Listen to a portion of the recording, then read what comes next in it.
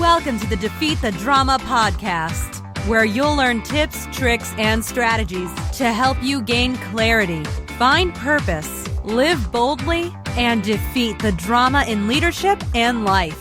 Host Kirsten E. Ross is known to many as the drama-free queen. She is the undisputed expert of transformation. She'll move you from resigned, resentful, and overwhelmed to focused, engaged, and empowered. Hello, and welcome to the Defeat the Drama podcast. I'm Kirsten Ross, your host, and this is episode number 20. I'm super excited that you're here. Can we just defeat the drama now? Drama zaps energy and steals focus. It's gotta go. Today's episode is, but why is your employee annoying you? I'm going to cover 2 simple steps to find the why and take action. So too often I run across leaders who say an employee or 2 or 3 or the whole team is annoying them, but they haven't really stopped to figure out why.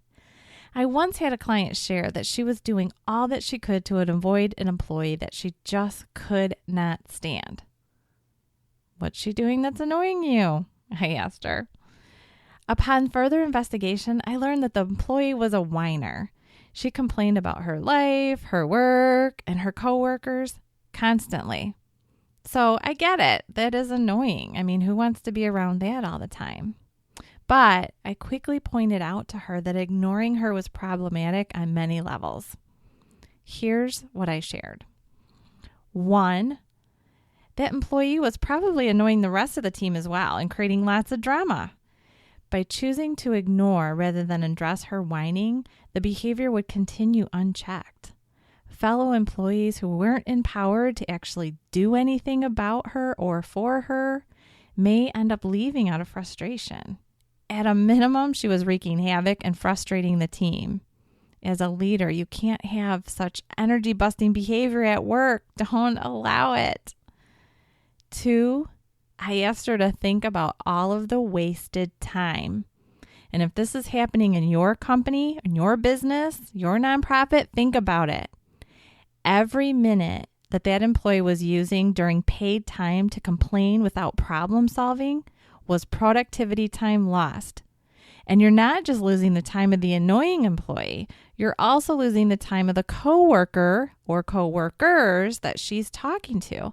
And if anyone is complaining about her after the fact, which you know darn well that's happening, there's even more productivity time down the tubes.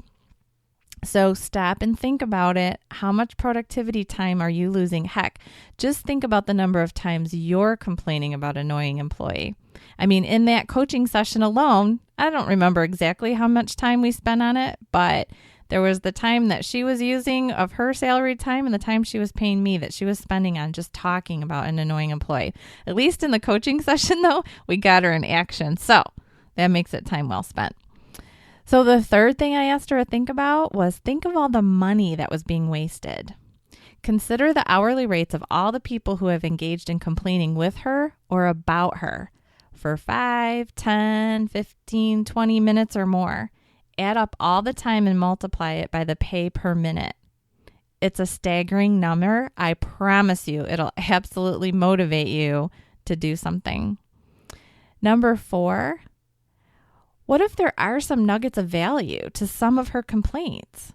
She's got the boy who cried wolf syndrome. She complains nonstop, and now no one actually listens to a word she says.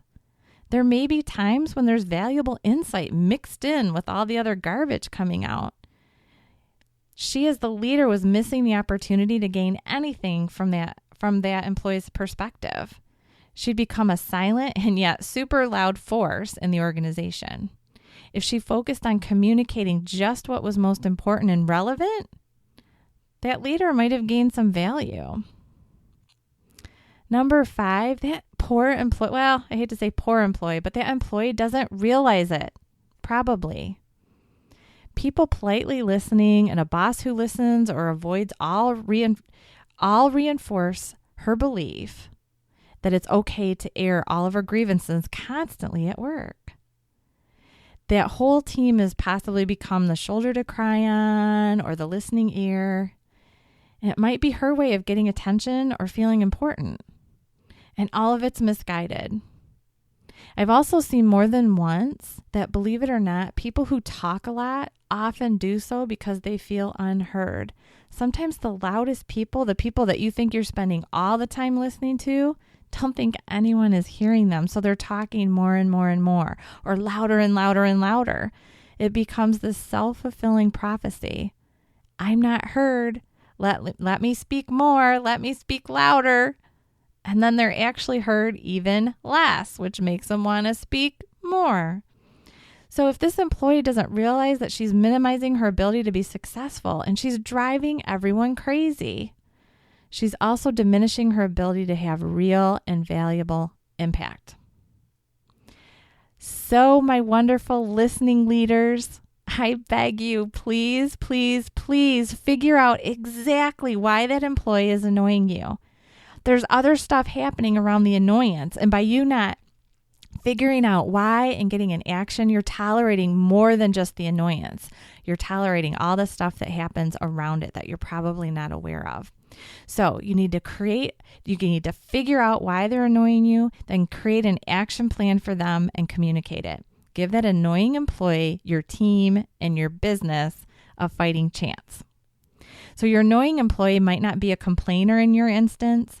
Maybe your annoyance is lacking the right skills to do the job well, or is too hyper or too bitter. Maybe he makes too many mistakes, or she snaps her gum, or has an issue with body odor. Choosing to ignore or avoid is a decision to allow or maybe even encourage the annoyance. I beg you to get clear, create a plan, and take action instead. Here are the 2 simple steps to take to get in action. So either start with the annoying employee or employees, or just go for it and analyze your entire team. It's time to diagnose why and create a plan. So either use a Word document or get a clean sheet of paper.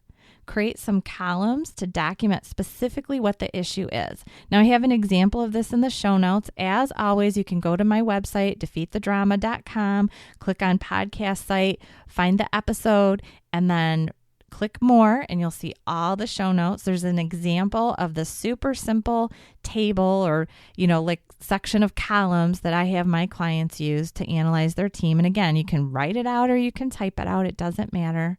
But you're going to create columns, then determine exactly what the issue is. And then you're going to ask yourself, is the issue an attitude problem or an aptitude problem? So are they willing and able to do the job? So if it's an aptitude problem, they maybe just don't have the right skills right now. If it's an attitude problem, well, they should be able to fix that quickly. So if it's an attitude issue, there's really no process other than to document and then communicate the new expectations. So if it is someone who's complaining all the time, there's just a conversation about it. If it's someone who's bitter or discouraged all the time or bringing a lot of negative energy, you document it and then have the conversation. If it's a complaining problem, I recommend a conversation that will help the annoyer gain insight. Again, they might not realize how people are perceiving them. So, let them know the impact that it's having on themselves, the team, and the business. Be empathetic rather than overbearing. They may have the best intentions with the wrong execution. So you're just going to explain it to them. So help them hone and redirect some succinct communication efforts with a new emphasis on creating solutions along with identifying issues. So that complainer, you're going to help them become a solution seeker. So you don't just complain, you come up with some ideas. And in another episode, I talked about the gripe and grumble form. So you might want to use that where they just, again, that form, it's super simple. It's just, here's the issue and here's my ideas to fix it. So you can't just stop at complaining. So, implementing something like that with them might help. If it's an aptitude issue, they're not able to do the job, then you just get specific. You identify on the form what knowledge, skills, or abilities are they missing. Then you create a plan for them to improve their performance. So should they shadow a coworker? Is there an online class they need to take? Look at what would be the steps that they need to gain that skill or gain that knowledge. And then you have to look and say, is the investment doable? Do a pros and cons analysis, a cost benefit analysis. Is it doable or is it too much? Get really clear with the simple form.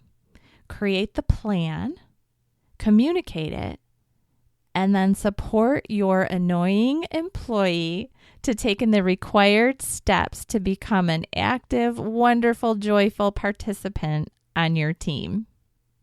So that's it.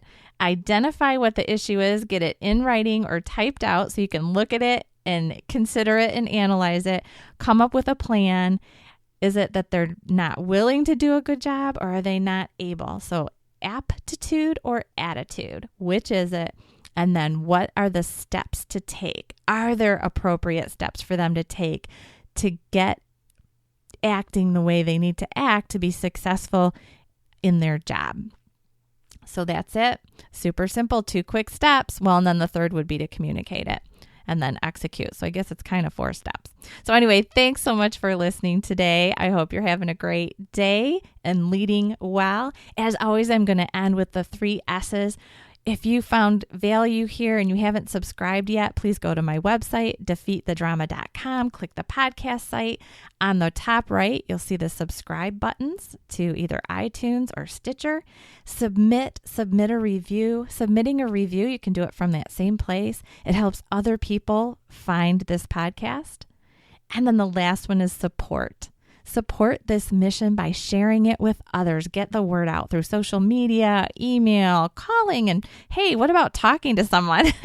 So I am on a mission to defeat drama in work so that we can focus on doing what we were made to do and create those big outcomes in our businesses and in our nonprofits. So join me in this mission by helping others get access to the content here. So I would appreciate it. And again, everything that I've talked about here is in the show notes at defeatthedrama.com podcast site. Have a great day, and I look forward to next time.